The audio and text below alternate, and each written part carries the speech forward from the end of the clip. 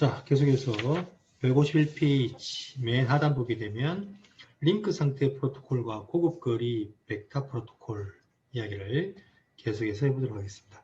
자, 우리 이제 2학기 수업에서 라우팅 부분이 아주 또 많은 부분을 우리 교재에 차지하게 되는데, 그 3장이 끝나면 4장의 OSPF, 그 다음에 5장의 EIGRP 라우팅 프로토콜을 공부하게 될 겁니다. 그래서 이 두 가지 라우팅 프로토콜이 지금 실무적으로 가장 많이 쓰는 라우팅 프로토콜인데, 그 프로토콜을 이해하기 위해서는 바로 링크 상태 라우팅 프로토콜 특징과 그 다음에 거리 벡터, 고급 거리 벡터 라우팅 프로토콜의 특징을 여러분이 좀 이해를 하면 좋겠다. 근데 결론적으로 우리가 그 고급 거리 벡터, 즉 EIGRP는 OSPF의 특징을 다 갖고 있다고 생각하면 됩니다. 그래서 우리는 링크 스테이트 라우팅 프로토콜 이야기를 우리가 중점적으로 이제 해볼 것이다 라는 이야기입니다.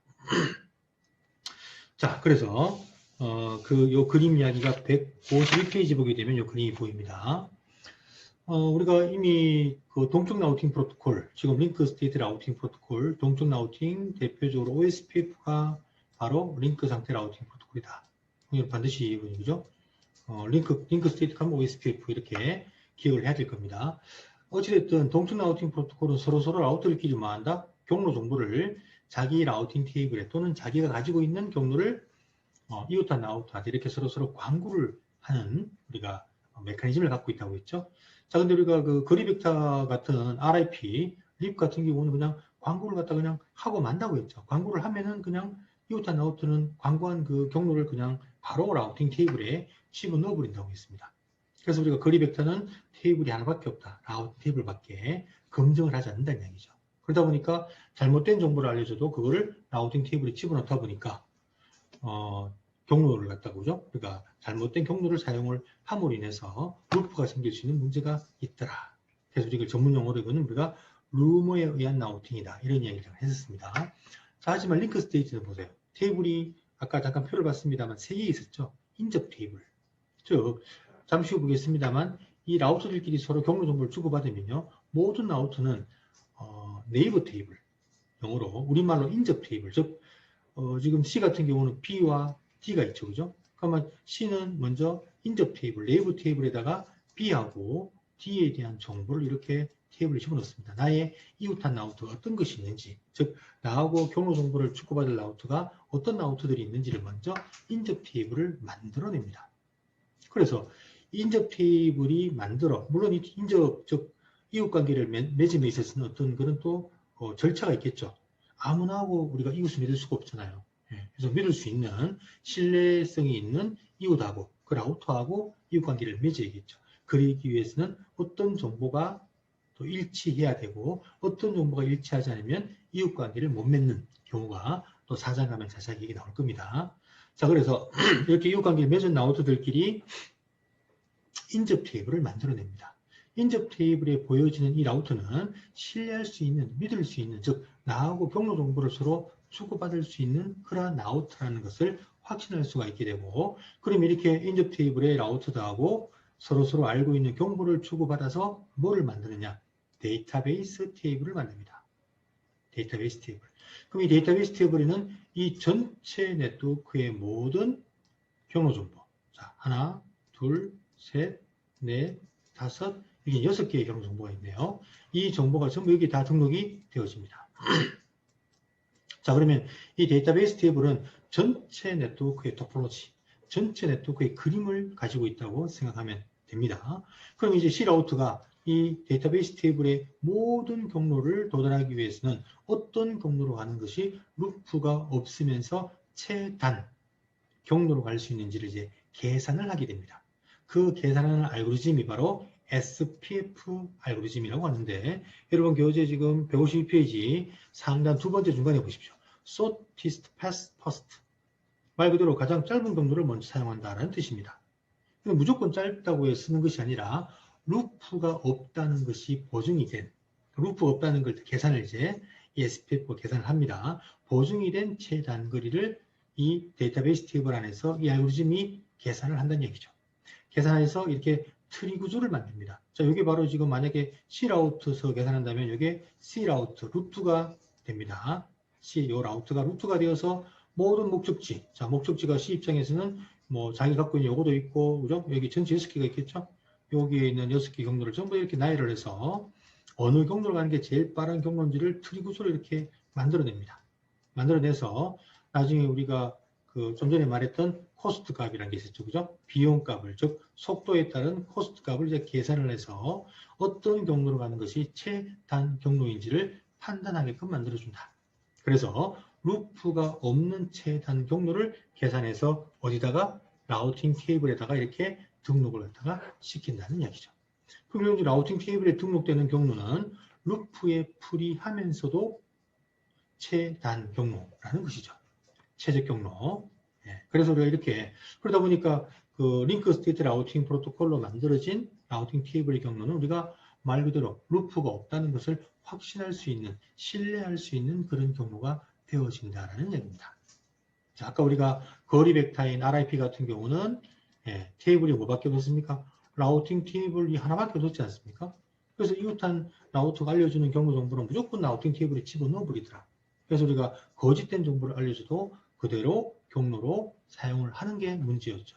그러다 보니까 루프가 생길 수 있는 문제가 또 있다라는 이야기였지 않습니까? 하지만 우리가 이 링크 스테이트 같은 경우는 그러한 어떤 루프가 생기는 것을 막기 위해서 좀 복잡하지만 테이블을 몇 개, 인접 테이블, 데이터베이스 테이블, 라우팅 테이블을 3개 테이블을 가집니다.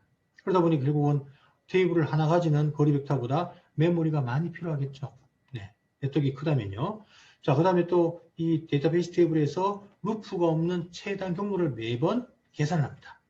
저기 SPF 알고리즘을 돌려야 되니까 CPU 성능이 거리 벡터 라우팅 프로토콜을 돌리는 라우터보다 조금 더 좋아야 되겠죠. 이렇게 우리가 그 라우터 L3 장비의 하드웨어적인 성능이 거리 벡터 라우팅 프로토콜을 돌리는 L3 장비, 즉 라우터보다는 조금 하드웨어적으로 성능이 조금 좋은 라우터 L3 장비를 써야 된다라는 그런 단점은 있지만 루프가 없는 최단 경로를 갖다가 우리가 만들어내기 때문에 신뢰성 있는 경로를 우리가 확보할 수가 있지 않습니까? 이러한 장점이 있다는 걸 여러분이 반드시 좀 이해를 할 필요가 있습니다. 자, 그래서 우리가 이 링크 스테이트 라우팅 프로토콜을 거리 벡터에 비해서 뭐 고급 라우팅 프로토콜이라고 할 수가 있는 것이죠. 이해가 됩니까? 여러분 교재 지금 저 150페이지에 상단에 SPF라는 알고리즘을 그죠? 단어를 좀 기억 좀 해야 되고요. 그 다음 저 밑에 150페이지 맨 밑에 보니까요. LSA, Link State Advertisement. 즉 우리가 이 라우터들 간에 OSPF, 링크 스테이트 같은 경우는 경로 정보를 서로 주고받기 위해서 우리가 사용하는 패킷을 우리가 링크 스테이트 애버타이즈먼트라고 얘기를 합니다. LSA 패킷을 통해서 서로 가지고 있는 우리가 데이터베이스 정보를 서로 주고받게 되어지는데 그 LSA라는 그 단어도 잠깐 참고하기 바랍니다. 자, 153페이지 메뉴에 보시면요. OSPF와 ISIS를 링크 상태 라우팅 프로토콜로 분류할 수 있다. 이미 우리 앞에 링크 스테이트 라우팅 프로토콜 종류를 분류 한번 표를 만들어 했었죠. 그죠? 자, 그 뒤에 RFC라는 단어가 보입니다. RFC. 제가 1학기 때 잠깐 설명했습니다만, RFC 바로 2328 문서에 이 OSPF 링크 상태 라우팅 프로토콜의 개념과 동작에 대해서 설명하고 있다라고 설명을 하고 있네요. 자, 제가 이 교재에, 여러분 교재 보면 RFC라는 단어가 많이 나온다겠죠? RFC가 뭐라고 했어요? Request for Comment. 우리말로 요구 문서. 그래서 우리가 RFC라고 적힌 그런 어떤 기술 문서는 말 그대로 표준입니다. 표준. TCP/IP 표준이에요. 결국은 뭘 말하고 싶어 하냐? OSPF 라우팅 프로토콜, 즉 링크 스테이트 라우팅 프로토콜 중에 OSPF는 표준 라우팅 프로토콜이다. 그러면 어떤 회사에서 만든 라우터라도 이 OSPF 라우팅 프로토콜을 지원을 해야만 된다는 것을 얘기하는 것입니다. 이해되나요? 네, 그래서 여러분이 이 RFC라는 어떤 그런 단어가 보이면 우리 저번에 그 뭐 1권의 교재에서도 RFC 단어가 몇 번 나왔었습니다. 우리 그 사설 IP를 공인 IP로 변환시키는 NAT 같은 경우도 뭐였어요? RFC. 그죠? 몇 번에, 그죠? 예, 있다라고 또 표에 나와 있었습니다만 RFC 단어가 의미하는 게 무엇인지를 좀 기억 좀 하기 바랍니다. 자, 그 다음에 그 153페이지 그 중간에 위에서 지금 한 10번째 끝인가요? 30분이라는 단어가 보이죠. 그 밑에 보면 갈로리에 링크 상태 리프레시라고 되어 있네요. 아까 우리가 표에서 봤습니다만 거리 벡터에 있는 립은 30초마다 업데이트를 주기적으로 했지만 링크 스테이트 같은 경우 몇 분에 30분마다 한 번씩 토폴로지의 변화가 있나 없나 확인하는 우리가 요약된 경로 정보를 주고받는 절차를 가지더라. 이걸 우리가 30분마다 한다고 얘기를 했었고요. 이걸 링크 상태 리프레시 과정이다. 이렇게 우리가 설명한다는 것을 참고하기 바랍니다. 하지만 우리가 그 뒤에 공부할 EIGRP, 시스코에서 만든 EIGRP는 토폴로지 변화가 없으면 전혀 업데이트 하지 않습니다. 30분마다 또 이렇게 요약된 정보를 갖다가 또 광고하는 링크 스테이트에 비해서 EIGRP는 전혀 그 링크 상태의 어떤 정보를 갖다가 주고받는 과정을 거치지 않는다. 토폴로지 변화가 없다면 그 이야기도 나중에 한번 해보도록 하겠습니다. 자, 그 다음에 그 밑에 보니까요, 그 멀티캐스트 주소를 이용하는 LSA를 플러딩한다. 그래서 OSPF는 이 광고할 때 멀티캐스트 방송용 IP를 사용한다고 했죠. 몇 번이었습니까? 224. 우리 아까 표에서 봤죠, 그죠? 앞 시간에 0.0.5번이라는 멀티캐스트 IP를 이용을 해서 LSA라는 링크 스테이트 애버타이즈먼트, 즉 라우터들이 갖고 있는 경로 정보. 그게 결국은 이 데이터베이스 테이블입니다. 데이터베이스 테이블. 내가 알고 있는 내용이라는 이야기죠. 내가 알고 있는 경로 정보를 갖다가 이웃한 아웃한테 광고할 때 링크 스테이트는 멀티캐스트 방송으로 광고를 하더라. 결국은 브로드캐스트보다 좀 더 효율적으로 우리가 광고를 갖다가 한다는 것을 이야기하고 싶어하는 부분입니다. 자, 그런 이야기가 설명이 되어 있고요. 그 다음에 153페이지 맨 밑에서 둘, 넷, 여덟 번째 줄인가요? 링크는, 여기서 링크 스테이트, 링크는 뭘 말하는 것이냐? 링크는 바로 라우트의 인터페이스를 말하는 것이다. 이 인터페이스가 뭐죠? 파스트 이더넷 0/0, 랜 인터페이스가 될 수 있겠죠? 예. 그 다음 이 인터페이스는 우리가 뭐죠? 보통 시리얼, 그죠? 0/0, 예를 들어서 이런 의미죠? 그럼 시리얼 0/1번 이렇게 우리가 볼 수 있지 않습니까? 즉 링크 스테이트, 링크라는 말은 바로 이 인터페이스를 의미하는 것이다 라는 것을 지금 설명하고 있고요. 그러면 스테이트는 뭐냐? 상태. 그럼 결국 인터페이스의 바로 상태를 얘기하는 것이다. 그 상태의 어떤 의미는 어떤 것들을 얘기하는 것이냐? 우리 인터페이스에다가 뭘 집어넣었죠? IP 대역을 집어넣고 서브넷 마스크를 집어넣지 않습니까? 그죠? 그럼으로써 결국은 그 IP와 서브넷 마스크를 엔드 연산해서 뭐를? 요 랜 대역에 네트워크 주소를 갖다가 만들지 않습니까? 그러한 정보. 그다음 요 인터페이스가 이더넷, 랜 인터페이스인지 웬 인터페이스인지 속도가 밴드위스, 대역폭이 얼마인지 등등 이러한 정보를 갖다가 바로 스테이트라고 합니다. 결론적으로 우리가 링크 스테이트란 말은 인터페이스의 이러한 정보를 서로 이웃한 라우터들하고 주고받아서 이웃한 라우터 가지고 있는 네트워크 대역이 어떤 대역이며 서브넷 마스크가 무엇이며 그거를 가려면 어떤 대역폭, 속도가 얼마이기 때문에 코스트 계산을 어떻게 할 수 있겠다. 이런 부분들을 우리가 가정을 할 수 있게 되어지는 부분입니다. 자, 그러한 정보를 이용해서 뭐를 만들어요? 즉, 그러한 정보를 서로 링크 인터페이스 상태 정보를 서로 주고받아서 뭐 한다고? 데이터베이스 테이블을 만들어내고 그 데이터베이스 테이블 안에서 SPF라는 알고리즘이 계산해서 루프가 없는 최단 경로를 라우팅 테이블에다가 그죠? 등록을 하게 된다. 한 이야기를 여러분 교재 153페이지 하단에 설명이 되어 있습니다. 한번 여러분이 읽어보고 참고하기 바랍니다. 자, 154페이지 그림 위를 한번 보겠습니다. 그림 3-27 윗부분을 한번 볼게요. 네트워크 규모가 커지면서 자, 지금 이제 전 세계가 지금 하나의 인터넷이라는 네트워크로 지금 현재 뭐가 되어버렸죠? 묶여져 버렸습니다. 연결이 되어져 버렸죠. 그다음 요즘에 뭐 소위 말해서 모든 회사에서 컴퓨터가 없으면 우리가 일이 안 되지 않습니까? 그 컴퓨터는 다 어디 연결되어 있죠? 네트워크 연결되어 있고 인터넷에 연결되어 있지 않습니까? 이렇게 우리가 지금은 네트워크 규모가 굉장히 지금 커졌다고 여러분이 봐야 되죠. 네. 그래서 이렇게 네트워크 규모가 커짐에 따라서 링크 상태 라우팅 프로토콜은 다음과 같은 이유로 인해 더 곽강을 받게 되었다. 결국은 링크 상태 라우팅 프로토콜이 전 세계에서 가장 많이 사용하는 표준 라우팅 프로토콜이라고 제가 설명을 했죠. 결국은 OSPF를 말하는 것입니다. 여러분이 알고 있는 뭐 KT도 OSPF를 쓰고 있고요. 그 다음에 SK 우리가 네트워크스도 우리가 SK 뭐 텔레콤 등등 OSPF를 쓰고 있고 우리 학교도 OSPF 쓰고 있다고 했죠. 네. 한전이 사실 한 10년 전에 RIP라는 한전 네트워크가 큼에도 불구하고 RIP라는 라우팅 프로토콜을 사용을 했었습니다. 그러다 보니까 많은 문제가 생기더라는 이야기죠. 부하도 생기고 뭐 이런 이유 때문에 제가 한전 교육을 할 때 그때 OSPF로 이제 마이그레이션, OSPF로 이제 바꿨습니다. 네. 그래서 대부분의 규모가 좀 큰 네트워크는 바로 OSPF라는 링크 스테이트 라우팅 프로토콜을 쓰는데 그 이유가 바로 뭐 때문에 그림 위에 점 지금 5개로 지금 설명을 하고 있네요.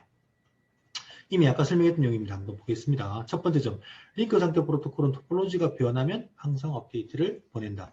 이거 아까 뭐라고 했죠? 이벤트 업데이트. RIP 같은 립은 주기적 업데이트. 얘는 주기적으로 몇 초마다? 30초마다. 하지만 링크 스테이트 OSPF는 뭐? 토폴로지가 변화가 있을 때, 이벤트가 있을 때만 광고를 합니다. 훨씬 업데이트하는 어떤 그런 부분이 효율적이지 않습니까? 이미 알고 있는 걸 계속 우리가 광고할 필요가 없잖아요. 주기적 리프레시 업데이트가 거리 벡터보다 덜 발생한다. 거리 벡터는 아까 몇 초? 30초. 야는 몇 초? 몇 초가 몇 분? 30분.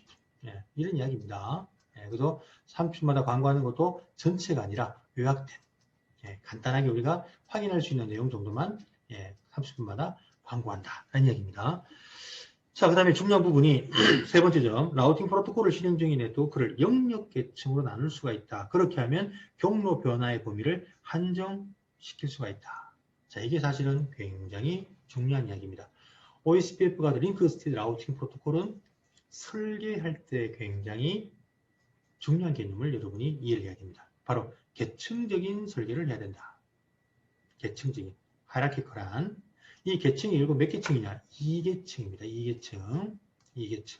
우리 교재에 보면 그림 밑에 2계층 네트워크의 주요 구성 요소는 다음과 같다고 설명이 되어 있죠. 2계층 구조를 설계를 해라. 물론 규모가 작다면 2계층 구조 설계할 필요가 없어요. 네트워크가 크면은 2계층으로 설계를 해야 된다. 이런 이야기인데요. 자, 여기서 2계층 구조를 설계함에 있어서, 즉 계층적인 설계를 함에 있어서 중요한 게 바로 뭐냐? 이 영역이라는 개념입니다. 영역. 에어리어. 영역. 에어리어 제로. 여기 뭐 결국은 우리가 뭐 본사라고 볼까요? 본사. 본사. 그 다음에 이제 밑에 에어리어 1, 2는 지사라고 보면 되겠죠? 에어리어 1은 대구. 그 다음에 에어리어 우리가 2는 부산. 예를 들어서 이런 이야기입니다. 자, 이렇게 우리가 이 계층적 구조, 2계층, 위에 백번 영역, 이게 하나의 계층입니다. 여기 하나의 계층. 그 다음에 밑에 에어리어 1과 2, 즉 소위 말하는 지사가 되겠죠. 여기 하나의 계층. 몇 계층입니까? 1계층, 2계층. 이런 2계층 구조를 우리가 OSPF와 같은 링크 스테이트는 설계를 하라고 하는데 이 계층적인 설계의 어떤 기본 개념이 바로 에어리어, 영역이라는 개념입니다. 그러니까 영역이라는 개념으로 계층을 만들면 어떤 이점이 있느냐 이런 이야기입니다. 만약에 현재 이 어떤 그 기업 네트워크가 이 전체가 하나의 영역으로 묶어버렸어요. 에어리어 제로, 1, 2가 아니라 전부 다 그냥 하나 에어리어 제로를 묶어버렸다. 그럼 결국은 하나의 에어리어를 쓴다는 얘기죠. 하나의 에어리어로. 어떤 문제가 있냐면 이 라우터가 문제가 생겨버렸어요. 이 라우터에 문제가 생긴 부분이 전체 본사, 부산부터 해서 전체 네트워크에 영향을 주게 됩니다. 토폴로지 변화가 생기기 때문에 변화가 생겼다고 광고를 하게 되면 모든 라우터가 그 변화를 받아들여서 다시 데이터베이스 테이블을 만들고 다시 SPF로 계산해서 다시 라우팅 테이블을 계산하는 그런 어떤 과정을 거쳐야겠죠. 이게 우리가 아까 그 링크 스테이트는 이벤트 업데이트라고 해서 이벤트가 발생하면 업데이트를 하고 업데이트를 하면 다시 그걸 데이터베이스 테이블에 집어넣어서 다시 SPF 알고리즘에 계산을 하고 그래서 라우팅 테이블에 토폴로지 변화가 된 어떤 그런 경로 정보를 집어넣어야 되거든요. 그러다 보니까 만약 이 라우터가 빈번하게 다운되고 업되고 하는 이런 우리 네트워크의 라우터가 네트워크 장비가 인터페이스가 이게 죽었다 살았다 하는 이런 현상이 발생할 수 있어요. 이걸 우리가 프레핑 현상이라고 하는데 그러면 죽으면 죽었다고 광고하고 살면 살았다고 광고를 하고 지속적으로 광고한다는 얘기죠. 그러면 이 나머지 모든 라우터들은 지속적으로 이 경로가 살으면 살았다고 라우팅 테이블에 집어넣기 위해 계산해야 되고 이 인터페이스가 다운되면 다운됐다고 또 재계산해야 되고 이런 부분들이 전체 네트워크에 엄청난 영향을 주게 된다. 라는 이야기입니다. 우리 왜 그 스위치 시간에 VLAN을 나누지 않으면은 하나의 어떤 그 PC의 랜카드가 불량이 났을 때 전체 네트워크가 다운될 수 있는 문제가 있다. 그래서 장애의 어떤 그런 범위를 국한시킬 수가 없다라고 했죠. 그죠? 얘도 마찬가지입니다. 에어리어라는 개념을 만약에 전체를 하나로 쓰고 있다면 하나의 에어리어로 이 장비가 다운되고 또는 켜지고 다운되고 켜지는 현상이 전체 네트워크, 장애가 전체 네트워크로 영향을 줄 수밖에 없다는 거죠. 네, 이런 부분들이 링크 스테이트의 가장 큰 문제를 또 유발할 수가 있어요. 하지만 이렇게 영역이라는 개념을 딱 만들어 두게 되면 여기 아까 우리가 뭐 대구라고 가정했습니다. 그죠? 대구에 어떤 라우터가 어떤 문제가 생겨버렸다. 그러면 그 영향은 네트워크의 어떤 장애가 발생, 영향은 어디에만? 요 에어리어 1, 대구 네트워크의 라우터에만 영향을 줍니다. 다른 데 영향을 주지 않습니다. 즉 본사나 부사는 영향을 주지 않죠. 결론적으로 우리가 저번에 VLAN 수업을 했을 때 VLAN을 만들게 되면 다른 어떤 부서의 장애를 우리가 전파시키지 않는다. 즉 장애의 어떤 그런 영역을 국한시킬 수가 있다고 했죠. 그러한 이점을 링크 스테이트 라우팅 프로토콜은 영역이라는 개념으로서 그거를 만들어낼 수가 있다는 겁니다. 이해됩니까? 여기 바로 지금 이제 세 번째 전 이야기입니다. 예. 어떤 경로 정보의 범위를 국한시킬 수 있다. 다른 말로 장애의 어떤 문제점을 국한시킬 수 있다. 이렇게 보면 될 것 같습니다. 네 번째 점, 링크 상태 라우팅 프로토콜을 실행 중인 네트워크는 클래스리스 어드레싱을 지원한다. 자, 이건 좀 이따가 설명합니다만 클래스리스 어드레싱은 저번에 설명했죠? VLSM입니다. 예. 요거 말고 또 하나 또 비연속 서브넷이라는 게 하나 더 있는데 우리 저번에 IP 우리가 서브네팅 시간에 제가 잠깐 다른 어떤 그 PPT를 갖고 설명을 비연속 서브넷이라는 서브넷. 우리 네트워크는 제가 그 설계가 중요하다고 했죠. 예, 설계 부분에서 뭐가 중요하냐? 바로 어드레싱 정책. 예, 그 어드레싱 정책이 바로 뭐 클래스풀 어드레싱과 클래스리스 어드레싱 정책이 있다. 그래서 클래스리스 어드레싱 정책은 두 가지입니다. VLSM하고 비연속 서브넷. 그럼 이걸 뺀, 요 두 가지를 뺀 나머지, VLSM은 이제 뒤에 이제 바로 나오겠죠. 예, 뒤에 바로 따로 공부를 우리가 해야 되고요. 이 두 개를 뺀 나머지 모든 어드레싱은 클래스풀 어드레싱입니다. 클래스풀 어드레싱 기법. 근데 권장하는 클래스풀 어드레싱 기법이 바로 FLSM이라고 했죠. VLAN 시간에 제가 설명했습니다. 그죠? 픽시드 랭스 서브넷 마스크. 서브넷 마스크를 하나로 고정을 하는 거. 그러니까 우리가 FLSM을 쓰는 경우는 어떤 경우? 사설 IP를 쓰는 경우. IP를 아낄 필요가 없는 경우. 그런 경우에 WAN 지역에도 우리가 마스크를 뭘 써요? 전부 다 24라는 마스크. 대부분 FLSM은 서버넷 마스크가 프리픽스가 24, 254개의 IP를 가질 수 있는 우리가 어드레싱 정책을 갖다가 LAN이든 WAN이든 서브리든 그죠? 이렇게 설계하는 걸 FLSM이라고 했죠. 하지만 VLSM 우리가 뒤에 설명하겠습니다만 이거는 공인 IP를 쓰는 경우죠. 돈 주고 IP를 사는 경우. 이거는 IP를 우리가 아껴야 되니까 그 네트워크에 필요한 IP 개수만큼 서브네팅해서 우리가 사용을 해야 된다는 얘기죠. 그러다 보니까 서브네팅이 하나의 네트워크에 다양해질 수가 있겠죠. 다양한 마스크가 존재합니다. 2개 이상. 그리고 우리가 variable length, 즉 서브넷 마스크 길이가 다양하다. 이렇게 설명을 한다라고 얘기를 했습니다. 자, 어찌됐든 우리 그 링크 스테이트 OSPF 라우팅 프로토콜은 결국은 뭘 지원한다고요? 클래스리스 어드레싱 기법을 지원한다. 그게 바로 뭐라고요? VLSM을 지원한다. 라는 이야기입니다. 기억해야 되고요. 자, 마지막으로 링크 상태 라우팅 프로토콜을 실행 중인 네트워크는 경로 외곽화를 지원한다. VLSM이라는 어드레싱 기법을 써야 되는 이유가 뭐 한 두세 가지 되는데 그 중에 또 하나가 바로 뭐냐? 바로 경로 외곽화. 즉 라우팅 테이블을 최소화시키기 위함입니다. 우리 여러분들 라우터는 결국 라우팅 테이블을 만들어서 라우터 역할인 경로 결정을 해버리는데 이 라우팅 테이블이 만약에 크다면 어떤 문제가 있겠습니까? 라우팅 테이블이 크다는 것은 바로 라우팅 테이블을 만들기 위한 그 전의 테이블, 무슨 테이블? 데이터베이스 테이블이 크다는 이야기죠. 그죠? 이 테이블이 크다는 말은 결국 뭐가 많이 필요하다? 이 라우터에 메모리가 많이 필요하다는 겁니다. 그 다음, 이 데이터베이스 테이블 안에서 루프가 없는 최단 경로를 계산하기 위해서 아까 설명했죠. SPF라는 알고리즘을 그죠? 돌려야 되는데 이 알고리즘이 결국은 경로가 데이터베이스 정보가 많다면 테이블이 크다면 계산할 내용이 많다는 얘기 아닙니까? 결국 CPU 자원을 많이 소모시키겠죠. 네, 이런 문제점들이 있다는 얘기죠.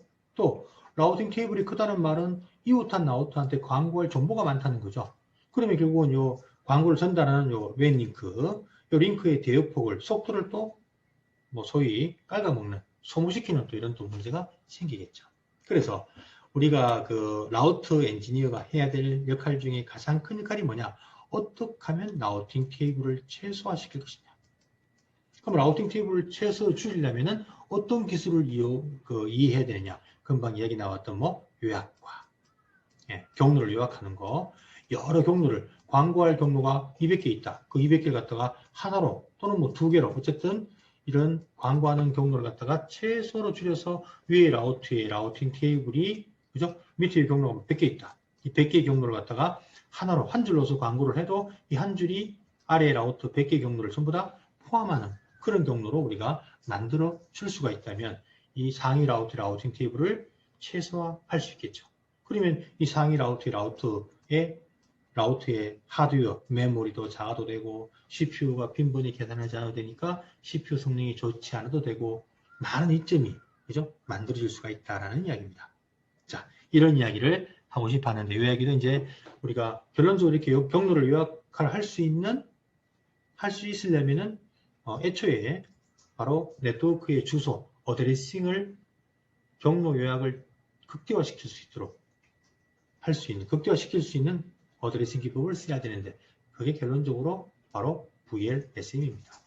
VLSM. 그래서 우리가 이 3장의 마지막에 바로 VLSM이라는 클래스리스 어드레싱 기법에 대해서 자세하게 이야기를 하려고 하는 거죠. 이걸 쓰면 우리가 IP 낭비도 줄일 수 있고 라우팅 테이블을 최소화시킬 수 있고 그럼으로써 어느 이점이 아까 라우트의 메모리도 작아도 되고 CPU 성능이 좋지 않아도 되고 뭐 등등등 많은 이점을 가져온다는 걸 여러분이 이해를 했으면 합니다. 자, 할 이야기가 참 많은데 그죠? 일단 정리를 한번 해보겠습니다. 그래서 154페이지 그 그림을 좀 기억을 좀 해야 돼요.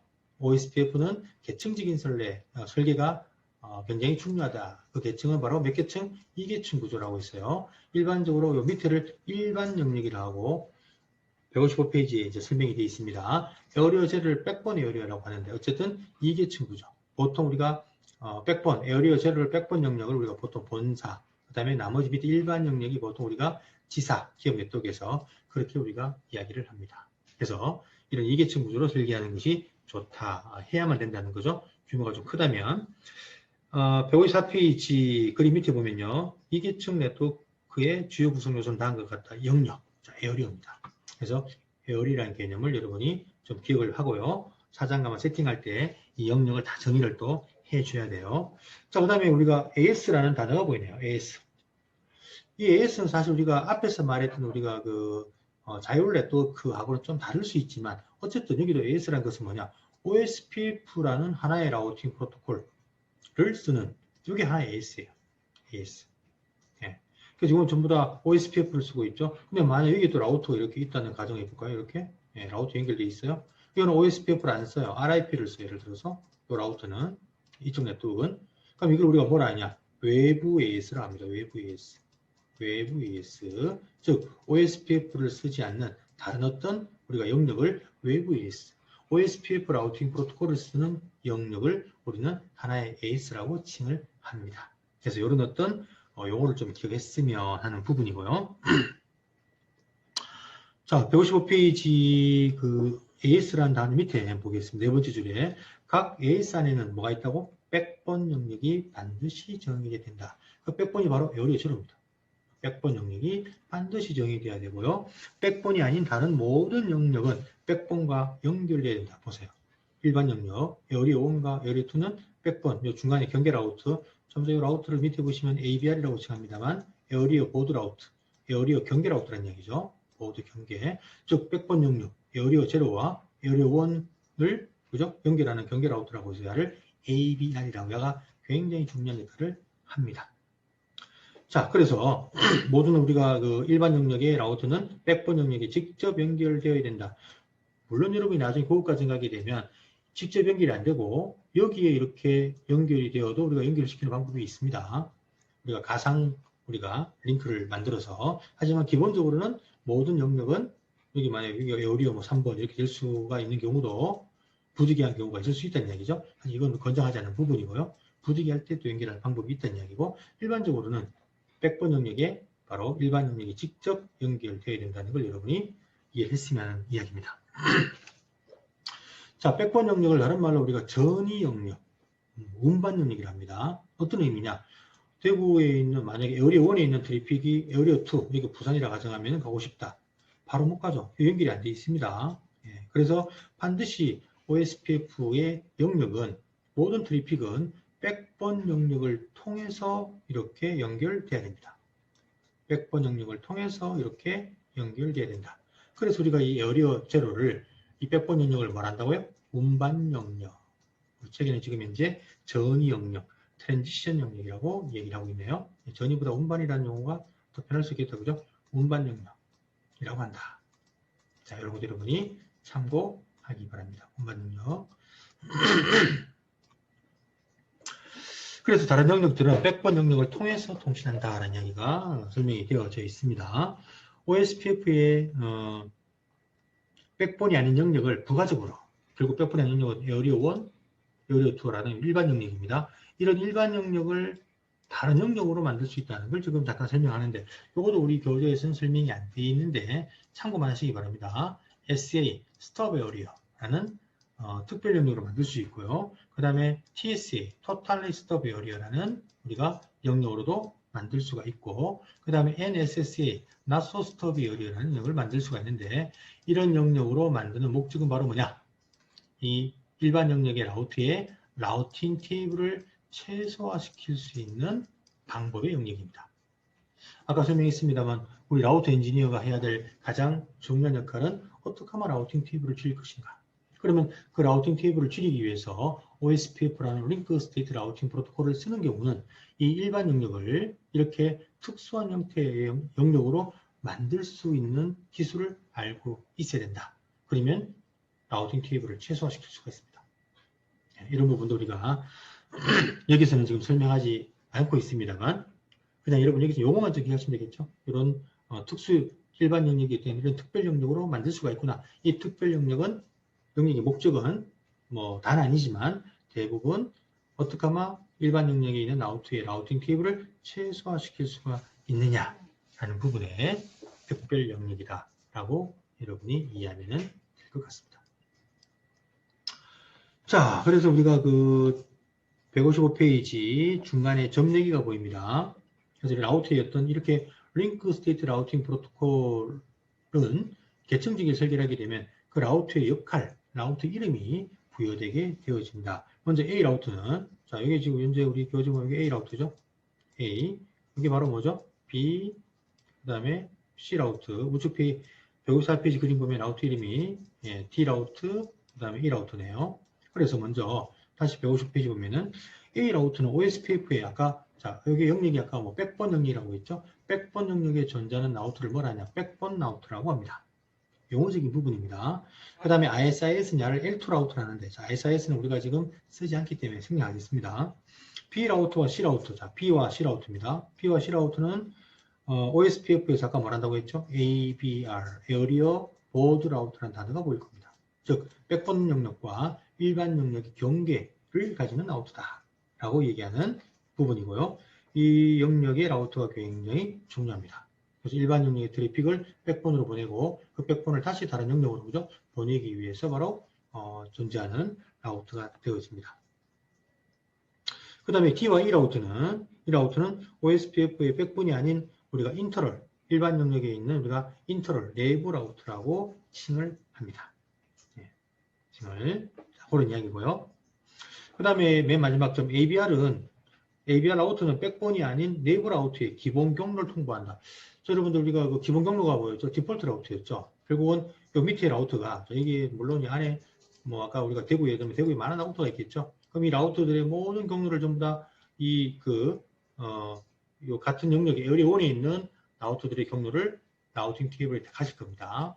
그 다음에 이 대구가 부산에 가려면 마찬가지죠. 부산의 네트워크 대역을 전부 다 이 라우팅 테이블에 지분해야 되지 않습니까? 그러면 결국은 이 내부 라우트 테이블이 커진다는 얘기죠. 라우트 테이블이 커지면 아까 뭐 메모리를 많이 가져야 되고 CPU가 좋아야 되고 그죠? 빈번하게 뭐 계산도 해야 되고 그래서 이 내부 영역의 라우트들은 자기 영역에 있는 라우트들의 경로는 다 라우팅 테이블에 갖고 있어야겠죠. 하지만 다른 영역에 있는 정보는 경로 정보를 굳이 여기 집어넣을 필요 없다는 얘기죠. 뭐 하면 된다? 다른 영역 갈 때는 어디로만 요 경계 라우트 ABR 라우트로만 전달하면 이 ABR 라우트는 이쪽 영역의 정보를 다 가지게 됩니다. 경계 라우트는. 경계 라우트 요거는 요 자기의 에어리어의 라우팅 경로 정보도 가져야 되고 다른 영역의 정보도 다 가지고 있어요. 그다음 경계 라우트는 좀 성능이 좋아야겠죠, 그죠? 성능이 당연히. 결론적으로 지금 이제 이 밑에 내부 라우트는 어떤 외부로 자기 그 에어리어의 어떤 목적지가 아니라 외부로 가는 어떤 목적지의 패킷은 어디로? ABR한테만 전달하면 되겠죠. ABR한테만. 그래서 이 ABR은 밑에 있는 내부 라우터 모든 라우터한테 뭘 광고합니다. 뭘 광고하냐면 이 에어리어 1에 있는 경로가 아닌 다른 목적지로 가는 경로는 나한테 전부 다 보내라 라는 의미를 가지는 바로 디폴트 라우트. 여러분 기억나죠? 디폴트 라우트 S별표 0000 기억합니까? 네, 이거를 자동으로 광고한다라는 이야기입니다. 자동으로. 그러니까 S가 아니고 우리가 그 OSPF다 보니까 OIA라는 이런 어떤 경우가 나중에 잠깐 보일 겁니다. OIA 별표가 찍히면서 그 다음에 000이라고 적히게 됩니다. 그래서 결론적으로 이 부분은 이 ABR 라우터가 굉장히 제가 중요한 역할을 한다고 했죠. 그죠? 그래서 내부 라우터의 기본 경로를 광고하는, 그죠? 기본 경로, 디폴트 라우터를 광고하는 이러한 역할을 갖다가 함으로써 내부 라우터의 라우팅 테이블이 최소화할 수 있도록, 그죠? 만드는 어떤 그런 방법도 이 ABR의 역할이다. 그런 이야기를 지금 하고 싶어 하는 부분입니다. 자, 155페이지 맨 하단에 링크 상태 라우팅 프로토콜 알고리즘 이야기가 설명이 지금 되어져 있네요. 우리가 SPF 알고리즘 이야기를 잠깐 했었고, 그죠? 그래서 지금 링크 스테이트 라우팅 프로토콜은 이렇게 보세요. 여기 뉴욕이고, 보스턴, 예를 들어서 샌프란시스코, 로스앤젤레스 이렇게 우리가 네트워크가 지금 존재한다면 코스트 값. 자, 우리 OSPF는 어떤 목적지로 가는 경로가 두 개에서 존재할 때 어느 경로가 최단 경로, 최적 경로인지를 판단하기 위해서 코스트 값을 이용한다고 했습니다. 이 값을 계산하는 방식은 사전에 가서 설명을 할 것이고요. 자, 결론적으로 보세요. 뉴욕이 어디로 가는 거? 로스앤젤레스, LA로 가는 경로가 지금 몇 개 있습니까? 자, 한번 다 보겠습니다. 밑으로 가는 경로가 있네요. 코스트가 1, 1, 1이니까 우리가 뉴욕에서 LA까지 가는 코스트는 얼마? 토탈 2가 되겠다. 그죠? 자, 그 다음에 위로 보스턴을 거쳐 가는 경로도 코스트가 얼마가 됩니까? 2가 되겠네요. 그 다음에 뉴욕에서 보스턴으로 갔다가 다시 어디로? 샌프란시스코 갔다가 여기 갈 수 있는 경로도 있다. 그죠? 그럼 코스트가 얼마입니까? 3이 되겠죠. 3이. 또는 뉴욕에서 어디로? 샌프란시스코로 갔다가 다시 보스턴으로 갔다가 어디로? LA 갈 수 있겠네요. 그래도 코스트가 얼마가 되죠? 또 3이 되겠네요. 자, 이렇게 우리 이 A 라우트가 LA로 갈 수 있는 최종 경로는 4개입니다. 이 4개의 경로를 전부 다 뭐한다? 데이터베이스 테이블에다가 이제 저장을 이제 하게 되어집니다. 그 데이터베이스 테이블 여러분 보시면은 157페이지 표 3-2 한번 보십시오. A 라우터가 할 수 있는 목적지에 대해서, 그죠? 모든 데이터베이스의 코스트가 얼마인지를 이렇게 전부 다 등록을 하죠. 그 표 3-2 내용이 바로 뭐냐? 바로 각각 라우터들마다의 어떤 데이터베이스 테이블이라고 보면 되겠죠. 그럼 이 데이터베이스 테이블에서 결국은 뭐 한다? SPF 알고리즘이 이제 계산을 해야 되겠죠. 어디로 가는, 어떤 목적지로 갈 때 어디로 가는 경로가 루프가 없으면서 최단 경로인지를 이제 계산을 하게 되어질 겁니다. 자, 그래서 결국은 뉴욕이 LA 갈 때는 어디로? 샌프란시스코로 갔다가 여기 가는 경로가 코스트 2. 위로 이렇게 보스턴 갔다 가는 것도 코스트 2. 여기 결국 코스트가 둘 다 2다, 그죠? 예. 여기 최단거리죠. 그래서 이런 어떤 그 코스트 값을 합산을 하고 루프가 있다 없다를 갖다가 계산을 해내는 우리가 알고리즘이 아까 얘기했던 SPF라는 이야기입니다. 결론적으로 그러면은 A라는 라우트는 LA로 가는 경로를 라우팅 테이블에다가 두 개를 기록을 해야 되겠다. 그죠? O라고 해서 하나는 누구를 통해서? 보스턴을 통해서, 하나는 어디를 통해서? 샌프란시스코를 통해서 가는 경로, 두 경로를 다 등록을 해서 패킷을 어떻게 해요? 위로 하나, 밑으로 하나. 그죠? 밑으로 하나, 위로 하나. 나눠서 보내는 바로 로드 밸런스를 진행을 하게 되겠네요. 자, 이런 이야기입니다. 그래서 우리가 결론적인 이야기는 링크 스테이트 라우팅 프로토콜은 이 토포로지의 모든 경로를 바로 데이터베이스 테이블에다, 그죠? 표 3-2에 보이는 것 같이 데이터베이스 테이블을 만들어낸다. 그 데이터베이스 테이블 안에서 SPF 알고리즘이 어떤 목적지로 가는 최단 경로를 갖다가 계산을 해서 루프가 없다는 보증이 되면 그 경로를 라우팅 테이블에 등록을 시킨다 하는 이야기입니다. 자, 그러한 이야기가 설명이 157페이지까지 설명되어 있으니까 그죠? 참고하기 바랍니다. 자, 그 다음에 158페이지하고 159페이지는 금방 제가 링크 스테이트 라우팅 프로토콜의 장점, 158페이지는 장점, 159페이지는 단점. 앞에 제가 설명했던 부분들을 이렇게 정리해 놨으니까 한번 읽어보면 충분히 이해가 되리라고 생각이 되었습니다. 그 다음에 마지막으로 160페이지, 자, 아까 설명해 있는 부분인데, 그죠? 네, 2점. 링크 스테이트 라우팅 프로토콜의 베네핏 2점입니다. 컨버전스가 빠르다. 그죠? 뭐 이런 이야기. 루프에 프리합니다. 이런 이야기. 계층적인 설계를 함으로써 우리가 자원을 또 최소화할 수 있다. 이런 이야기들 우리가 할 수 있는 부분이고요. 그 다음에 이제 단점들 설명이 되어 있는 부분이니까 참고하기 바랍니다. 자, 그 다음에 고급거리 벡터 라우팅 프로토콜도 마찬가지입니다. 160페이지에 고급거리 벡터 누굴 말하죠? EIGRP. EIGRP 라우팅 프로토콜도 어떤 특징을 이러한 장단점을 그죠? EIGRP도 다 가지고 있다 라고 생각을 하면 될 것 같습니다. 자, 거기까지가 160페이지 이야기, 동적 라우팅 프로토콜에 대한 이야기를 한번 복습을 해보았고요. 잠깐 쉬었다가 이제 161페이지 VLSM, 아까 얘기했죠? 클래스 리스 어드레싱 기법, 고급 우리가 어드레싱, 고급 IP 어드레싱 기법이라고 설명을 합니다. 이 VLSM이라는 기법이 어떤 기법인지에 대해서 한번 알아보도록 하겠습니다.